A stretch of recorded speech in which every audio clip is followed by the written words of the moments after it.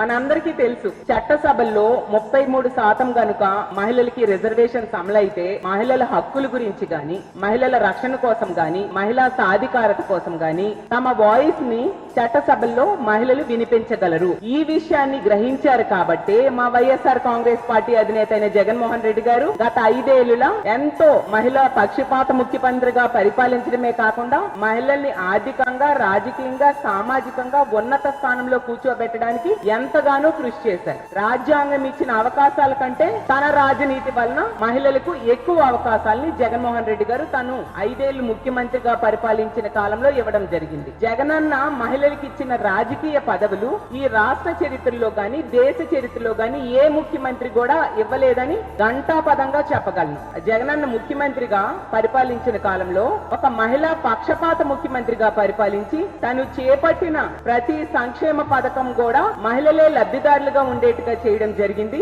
ప్రతి నామినేటెడ్ పదవుల్లో అలాగే నామినేటెడ్ వర్క్స్ లో 50% మహిళలకు అవకాశం ఇవ్వాలని చెప్పి ఏకంగా అసెంబ్లీలో చట్టాన్ని చేశారు జగనన్న. మనం తీసుకుంటే ఆ రోజు మంత్రివర్గంలో ఒక డిప్యూటీ సీఎం, ఒక హోం మంత్రితో సహా 5 మంత్రులకు అవకాశం ఇచ్చారు.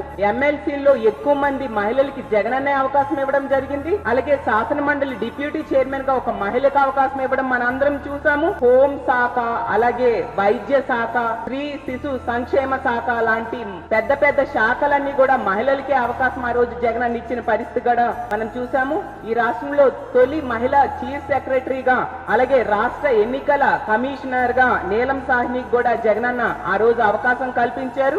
ఈ స్థానిక సంస్థల్లో 50% రిజర్వేషన్స్ కల్పిస్తూ అవకాశాలు ఇవ్వడమే కాకుండా ఆ పదవులు ఇచ్చేటప్పుడు అంతకంటే ఎక్కువ అవకాశాలను ఇచ్చారు. అంతగా మహిళా పక్షపాత ముఖ్యమంత్రిగా నిలబడడం జరిగింది. అలాగే వాలంటీర్ ఉద్యోగాలు 2,65,000 ఉద్యోగాలు ఇస్తే అందులో 53% మహిళలకే జగనన్న ఇవ్వడం జరిగింది. శాశ్వత ప్రభుత్వ ఉద్యోగాలు 1,34,000 ఉద్యోగాలు ఇస్తే అందులో 51% మహిళలకే జగనన్న అవకాశం ఇవ్వడం జరిగింది. ఈ విధంగా వాళ్ళని రాజకీయంగా ఉన్నత స్థానాల్లో కూర్చోబెట్టడమే కాకుండా వాళ్ళని ఆర్థికంగా వాళ్ళ కాళ్ళ మీద వాళ్ళని నిలబెట్టేట్టుగా చేయడం కోసం ఇచ్చిన ప్రతి సంక్షేమ పథకంలో కూడా మెజారిటీ లబ్ధిదారులు మహిళలు ఉండేట్టుగా చేస్తూ జగనన్న ముఖ్యమంత్రిగా ఉన్న కాలంలో మహిళలు అనే వాళ్ళు డబ్బుల కోసం ఆధారపడకూడదు, తమ కాళ్ళ మీద తాము నిలబడాలి అని చెప్పి ఆర్థికంగా వాళ్ళని ఉన్నత స్థానంలో కూర్చోబెట్టడానికి ఎంతగానో కృషి చేసిన పరిస్థితి మనం చూసాం. అన్ని పదవుల్లో కూడా ఏకంగా 1356 రాజకీయ నియామకాల్లో